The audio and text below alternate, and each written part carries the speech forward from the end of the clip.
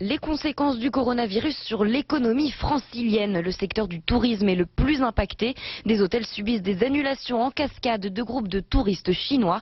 C'est le cas notamment de l'hôtel Sénart en Seine-et-Marne. Reportage de Maëva Lamy, Nargis Hadji et Ariane Limousin. Oui, c'est pour quelle période? Ok, pour le mois d'avril. C'est noté. Ok, merci. Au revoir.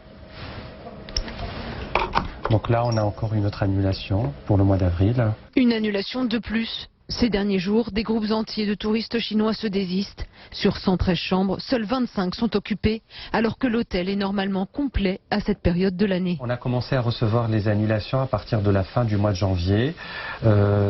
C'était parsemé au début pour le mois de février. Après, c'était des annulations massives pour tout le mois de février, tout le mois de mars et une partie du mois d'avril. C'est 70% de son chiffre d'affaires mensuel en moins. Pour le mois de février, si je me situe par rapport à l'année dernière, à N-1, il y a une perte à peu près de 50 000 € pour ce mois-ci. Alors pour pallier ce problème, le gérant de cet hôtel propose des réductions, des nuitées gratuites et tente même de cibler d'autres nationalités de touristes. On est en train de négocier avec d'autres tour opérateurs, notamment d'autres pays, la Russie et aussi l'Inde, pour avoir des groupes.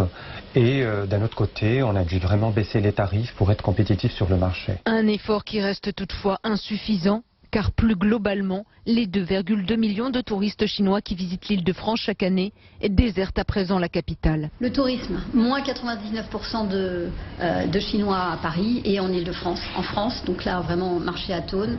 On a des réservations en baisse pour la Thaïlande, la Corée et le Cambodge importantes, des réservations importantes, alors qu'il n'y a pas directement de sujet sur ces destinations aujourd'hui. Une situation inquiétante pour les professionnels franciliens du tourisme, car les vacanciers chinois sont ceux qui dépensent le plus lors de leur séjour à Paris.